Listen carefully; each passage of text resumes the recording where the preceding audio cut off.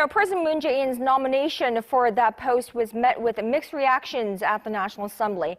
The ruling party said Yoon is a perfect pick, while the main opposition party claims the prosecution will lose neutrality.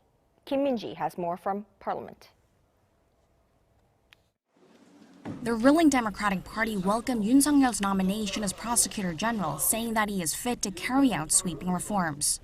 The party noted that Yoon had dealt with all sorts of bribery and corruption cases, and that he is known for not being swayed and sticking to principles even under external pressure.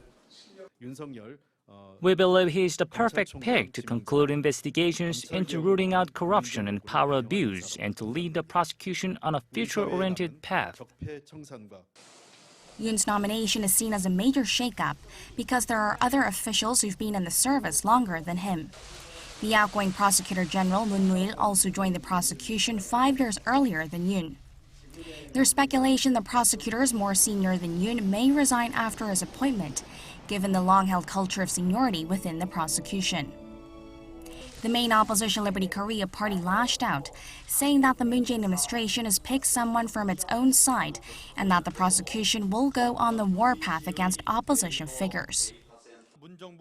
As soon as the Moon administration came into power, Yoon was elevated to head of Seoul Central District Prosecutor's Office and launched coercive probes of opposition figures.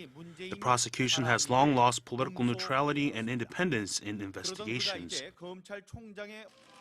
Yoon was part of the special prosecutor's team that investigated the Parview scandal involving ousted former President Park Geun-hye, while the Seoul Central District Prosecutor's Office, headed by Yoon, also investigated former President Lee Myung-bak and former Supreme Court Chief Yang Seung-tae.